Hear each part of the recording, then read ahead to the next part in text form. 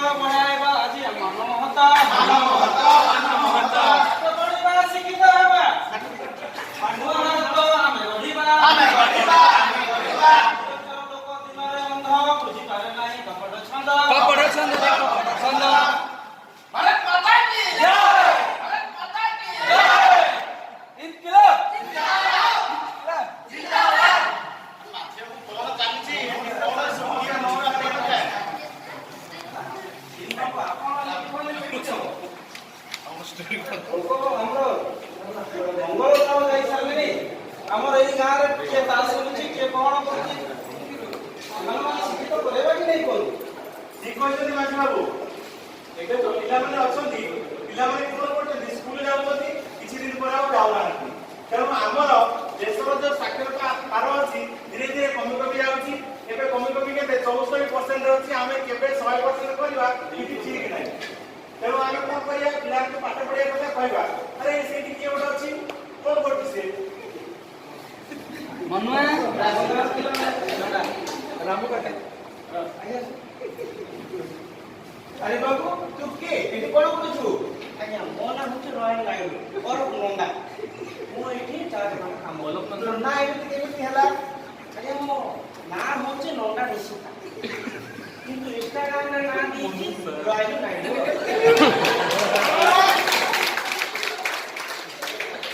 ना आगे सप्तम श्रेणी पाठ पढुथिले ए छाडी दीची आ काम करछु देखिले तो माझी बाबू एबे कोथि पिला माने पाठ छाडुचंदी आम आगरे गोटिए उदाहरण एई बाबू जणक सप्तम श्रेणी पाठ छाडी देलेनी आसी पुनी चा बिकुचंदी एमिति आम देश रे केते छुआ चा बिकुचे बाबू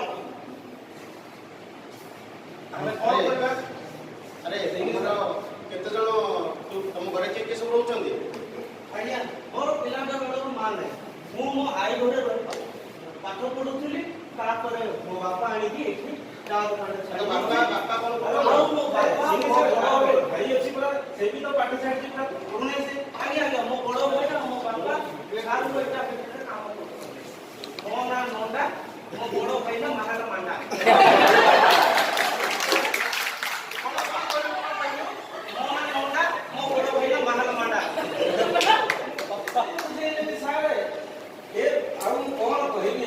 बारंबार आमे सचेतनता करू समस्त हेले भी देखो से सप्तम श्रेणी पाठ छाड़ी सरकार हमर केते गुडिए योजना करलेनी योजना कले कोन हो योजना सब ता बाटरे पिला जाई ताको बाटरे तेनु आमे कोन करबा आमे जति सामाजिक करी भाई बहन अछंती समस्त तो जो साक्षरता हार को केमिति बढ़ाइबा आमे एमे काम करजंती जबरदस्ती टेकिंग स्कूल बनवा जति स्कूल न छिबे अच्छा बुझेइबा बाबा को बुझेइबा सेମାନଙ୍କୁ ଶିକ୍ଷାର महत्व ବୁଝେଇବା କଣ କଲେ ହେବ ଆମେ ଉଚିତ ମାର୍ଗରେ ନେଇକି ସେମାନଙ୍କୁ ବିଦ୍ୟାଳୟରେ ଛାଡ଼ିବା ଆଉ ଏବେ ବି ସରକାର ସୁବିଧା କରିଛନ୍ତି ଯେ ଆମର ଆବାସିକ ବିଦ୍ୟାଳୟ ଗୁଡାକରେ ଯାଇକି ଛୁଆ ମାନେ ପାଠ ପଢିବା ପାଇଁ ରହୁଛନ୍ତି ଯୋଉମାନଙ୍କର ବାପା ମା ନାହାନ୍ତି ସେମାନଙ୍କୁ ମଧ୍ୟ ନେଇକି ରଖାଯାଉଛି ହଷ୍ଟେଲରେ ତେଣୁ ଏତେ ସବୁ ସୁବିଧା ଥାଉ ଯାଉ ତମେ ଏଠି ଆସିକି କଣ କରୁଛ ନା ଚା କାମରେ ବ୍ୟସ୍ତ ଅଛ ତେଣୁ ଆଜ୍ଞା ଆପଣ ତା କଥା ବୁଝନ୍ତୁ सेवी सर मो भाभी सर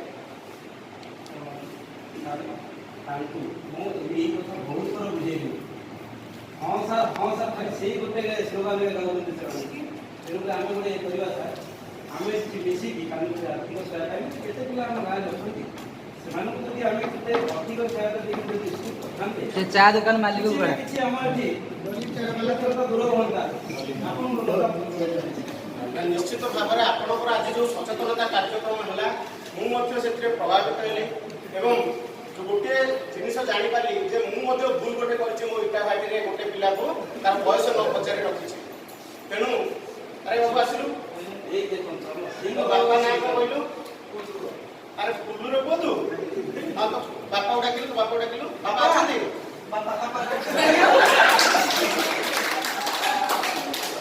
अरे एई से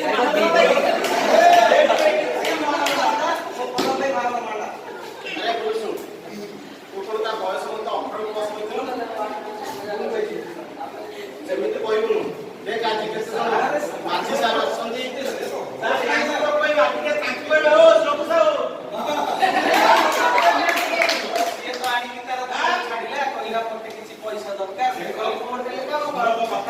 ଏହା ଭଲ କଥା ନୁହଁ। ଛୋଟ ପିଲା କାମ କରୁଛି ଏଟା ଗୋଟେ ଅପରାଧ। ପୋଲିସ ଫୋନ କରିବୁ ତମକୁ ତାକୁ ବାନ୍ଧିକି ନେବେ। ଓ ଜମିଦାର ଶୁଣୁଛ ତ ତମରି ଗାଁ ଲୋକ ତ ଏଇ ଜଗୁ ସାହୁ ବନ୍ଧେଇକି ଦେଖ କାମ କରୁଛି। ଗୁଡୁ ମତେ ନିଜେ କହିଥିଲା ଯେ ମୋ ପୁଅର ବୟସ 18 ବର୍ଷ, ସେଥିପାଇଁ ମୁଁ କାମରେ ରଖିଥିଲି। ମୁଁ ଆଜି ଆପଣମାନଙ୍କୁ କଥା ଦଉଛି, ମୁଁ ମଧ୍ୟ ଆପଣଙ୍କ କଥାରେ ସହମତ। ତୋ ପୁଅକୁ ତୁ ଆଜି କାଲି ପ୍ରିୟବ୍ରତ ସାର୍ ପାଖକୁ ନବୁ, ସ୍କୁଲ ଯିବୁ, ନାଁ ଲେଖେଇବୁ, ତାପରେ ସେଠି ପାଠ ପଢେଇବୁ। ତାର ଯାହା ସୁବିଧା ଅସୁବିଧା ଆମେ ବୁଝିବୁ ହେଲା। ତୋର କୌଣସି ପ୍ରକାର ଅସୁବିଧା ହବନି, ପାଠ ପଢେଇବୁ। ଏବଂ ଆମ ଦେଶ ଆଜି ଡିଜିଟାଲ ଦୁନିଆରେ ପହଞ୍ଚିଲାଣି। ଆମେ ସମସ୍ତେ ଏମିତି ଥିବା କି? ସନ୍ଧ୍ୟା ମାତାର ସାର୍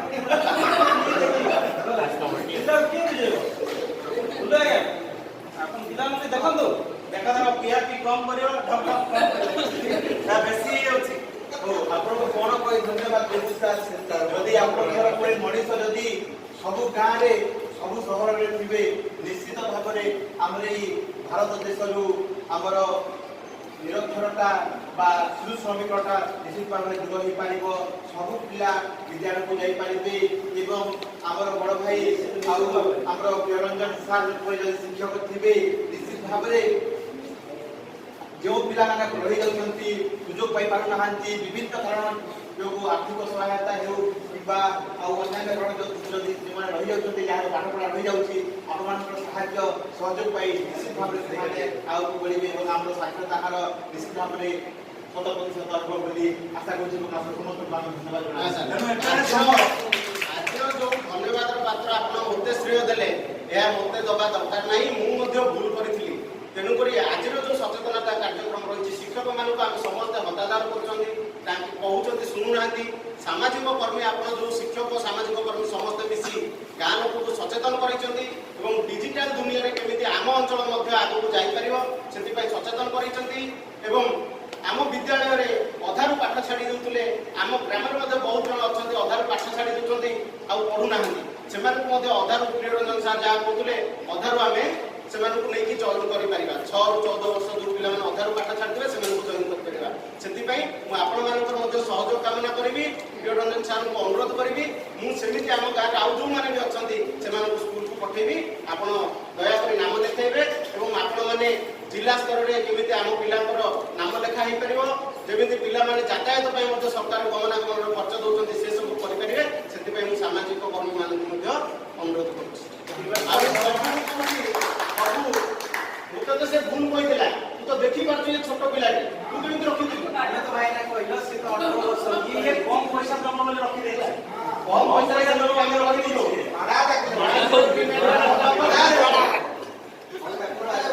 ଠିକ ଅଛି, ତେଣୁ ସମସ୍ତେ ଯୋଉମାନେ ବି ଦେଖୁଛନ୍ତି ସମସ୍ତେ ସମ୍ପର୍କ କରିବା, ନିଜର ପିଲା ଛୁଆ ଭାଇ ଭଉଣୀ ଯିଏ ଥିବେ ସମସ୍ତଙ୍କୁ ସ୍କୁଲକୁ ପଠେଇବା। ସମସ୍ତେ ଆଗରେ ସମ୍ପର୍କ ପିଲାକୁ ବିଦ୍ୟାଳୟକୁ ପଠେଇବା। ଆମେ ଏହି ସଂକଳ୍ପ ନେଉଛୁ